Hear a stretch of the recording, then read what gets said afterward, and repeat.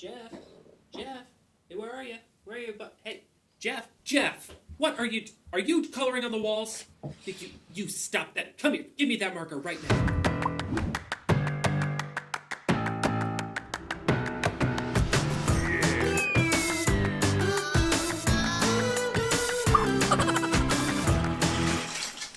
Okay, yep, I said you could pick out one thing. Yep. Oh, good, yeah. You look very snazzy in those. You look great. Okay, let's go. Nope, don't dump out the top. Don't dump, Jeff. I said you could pick one thing. Let's put it up. Let's pick it up. Come on. No, Jeff, no, stop.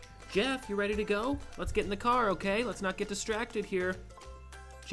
Jeffrey Michael! I am about to flip a lid. This is the 5th time today. Jeff, honey, did you brush your teeth? Yes, I did. Okay, let me smell. Just let me smell. Come here. Oh, you did not brush your teeth. We didn't say I had to use toothpaste. Oh, please. Hey, Jeff, honey, could you come outside and help me pick up your toys? No.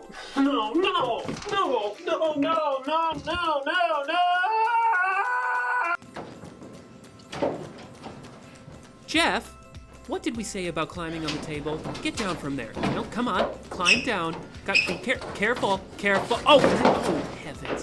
I'm gonna count to 3. Jeff, could you please get your face off the, could you please stop licking the window?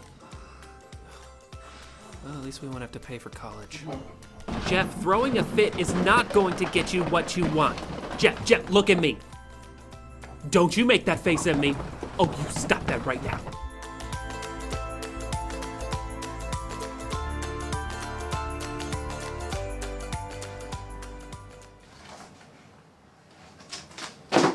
Can I use your iPad? No, I'm playing with it right now. But I didn't want to play with it. I'm playing with it right now. Can I play with your iPad?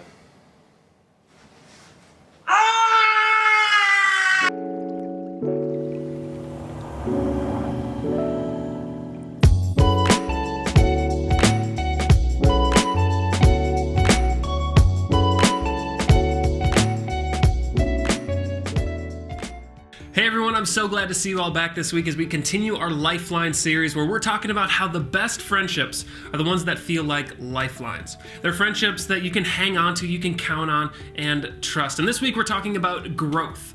And if there's one thing that I feel like I can confidently talk about, it's growth. Like I've been growing my whole life. Did it all on my own and made it all the way up to 6'6" I'm very good at it.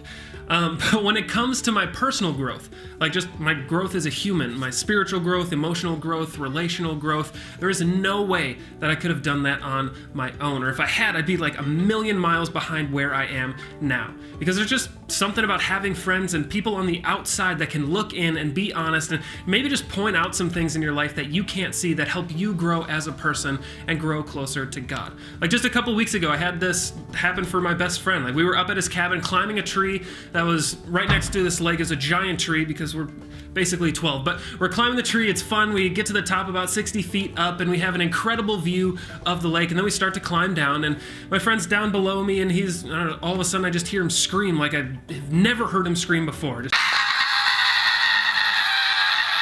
I look down and he jumps out of the tree and he just starts sprinting for the cabin, which leaves me just, stuck in the middle of a tree wondering should I, do I have to do something? Should I call someone right now? There wasn't much I could do from the middle of this tree, and so I finished my climb down. But after I had some time to just process, I remember in the middle of his screams, I think I heard David yell, "Bees!"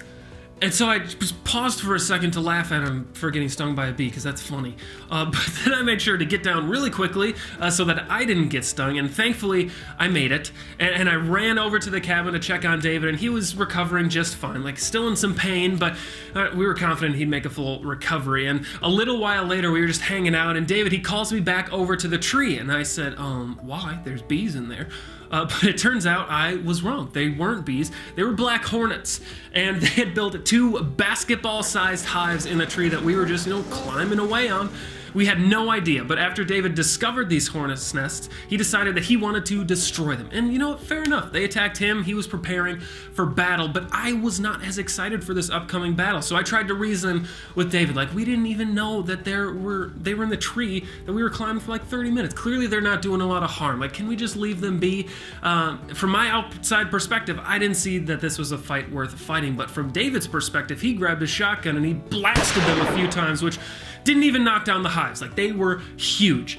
But after a few more suggestions that we just leave them alone, we finally did, and thankfully nobody else got stung. But I can't help but think that if we would have just kept poking at that hornet's nest, we probably would have been stung, which is why I think it's so important that we have friends in our lives that can help us with those little nudges from an outside perspective. And this is true for all areas of life. It's not just bees.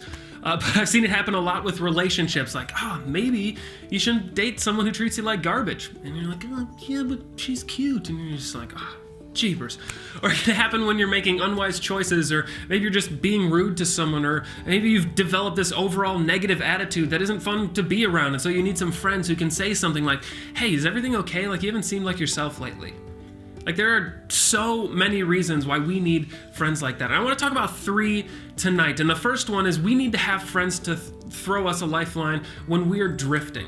And what I mean by that is how we tend to make just seemingly small decisions that can compromise our character and start to take us in different directions. And to us, they just seem like small things. But as they add up, they become more noticeable to the people around us. Like, it's not usually just one sudden movement that gets us into trouble. We don't usually dive headfirst into self-destruction, but it's easy to drift that way when no one else is helping us give directions. That's why it's so important and helpful to have friends in our lives that we can trust and who can point us back in the right direction. And we also need friends around us to throw us a lifeline when we're distracted. Like, similarly to when we're drifting, it's oftentimes little things that turn into big things. Like little distractions, they become big problems when they make us lose focus on the things that matter most. And then lastly, we need friends to throw us a lifeline when we're drowning.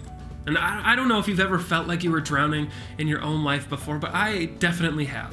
Like, sometimes life, it just gets overwhelming or too hard or too sad or too busy, and it's in those moments where having friends who are lifelines makes the difference between us pulling us out of the water and sinking. And this is why I bring these 3 things up. When we're drifting or distracted or drowning, we are sometimes the last people to notice. And so when these things start to happen, when we start to drift or get distracted or we feel like we're drowning, we could all use friends who are willing to disrupt us with their help, support, or challenge, right? Like it may feel like an uncomfortable poke at the time, but do you see how having lifeline friends to be there for each other can make a huge difference in who you become as a person and how you grow? Like, this is something that Jesus, he did so well in his ministry as he encouraged and pushed people to grow and become who he created them to be. One story in particular, Jesus, he was going to visit Mary and Martha. And both Mary and Martha, they were super excited because Jesus was coming over. But they handled that excitement in very different ways. When Jesus got there, Martha, she became instantly distracted. She went on this house cleaning and food preparation spree instead of welcoming Jesus in. And then she got super frustrated at her sister for not helping. Like, what the heck, Mary? Jesus is here. Like, do something. And Martha took out some of her anger on her sister for not helping her make sure everything was perfect. And Jesus, he called her out on it. And this conversation, like, it's never easy to have. Like, I'm sure Martha was a little embarrassed, but Jesus, he wasn't harsh or impatient or rude. He simply helped Martha see something that she hadn't seen before, and he gave her a chance to choose a different way. And to be fair, like, maybe Martha didn't know that she had an option to simply sit with Jesus. Maybe she thought it was her job to take care of everyone and that she would have been a failure if she hadn't. Or maybe she was just so in the habit of helping others that she had forgotten how to take care of herself. But so Jesus, he just simply says, like, Martha, it's okay. Sit with us for a while. Let's talk. And when Martha was drifting and distracted and drowning in her self-imposed responsibilities, Jesus, he threw her a lifeline. He helped her see something that she had never seen before, and then he gave her a chance to grow. And this was a vulnerable moment. And again, Jesus, he didn't condemn or shame Martha, but he didn't ignore the moment either and just write it off as like, it's no big deal. Jesus, he saw the thing Martha couldn't see in herself, and then he invited her in to make a change. And Jesus, he does the same thing for us, and he invites us to do the same thing for each other so that we can continue to grow into the people that we were created to be. And so let me just ask you the question, where do you need to grow? And are you drifting or distracted or drowning in your life? Do you have the kind of friends who will help you see what you can't see so that you can become who God has called you to be? And maybe you have some bad habits that you wish you could kick, and maybe even some good habits that you wish you could further develop. Or maybe a friendship or relationship has gotten complicated and you could really use some outside perspective to help you figure out what to do next. Or maybe you've been working toward a personal goal for a long time, but now you just feel stuck and could use a push. Or maybe the way that you act at church is inconsistent with the way you act everywhere else. And you want to be consistent, but you're just not sure how to start. Now, if any of these things, they're resonating with you right now, or maybe you've got something else different going on in your head about areas that you might need a lifeline, what should you do? Like, what do you need to do next? And what I think that you should do next is just reach out to the close friends who you would call your lifelines and simply ask them for help.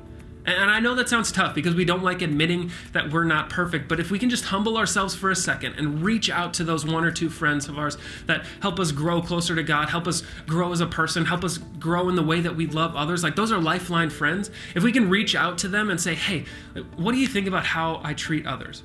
Hey, do you think I should be dating this person? Hey, how do you think I can do a better job of loving the people around me?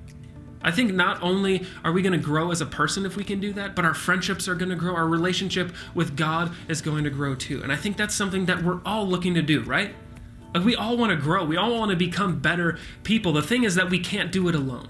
Like my friend David can't, Martha can't, I certainly can't. And you see, God, He created us to do life together. So let's do our best to live into that created calling, to be lifelines for the people around us so that we can continue to grow together.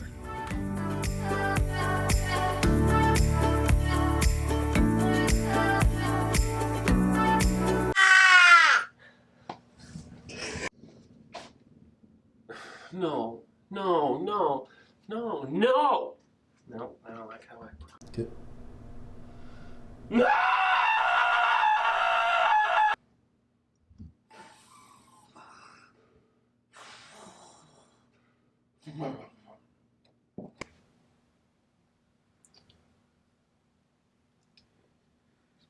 Are we going? Mm-hmm.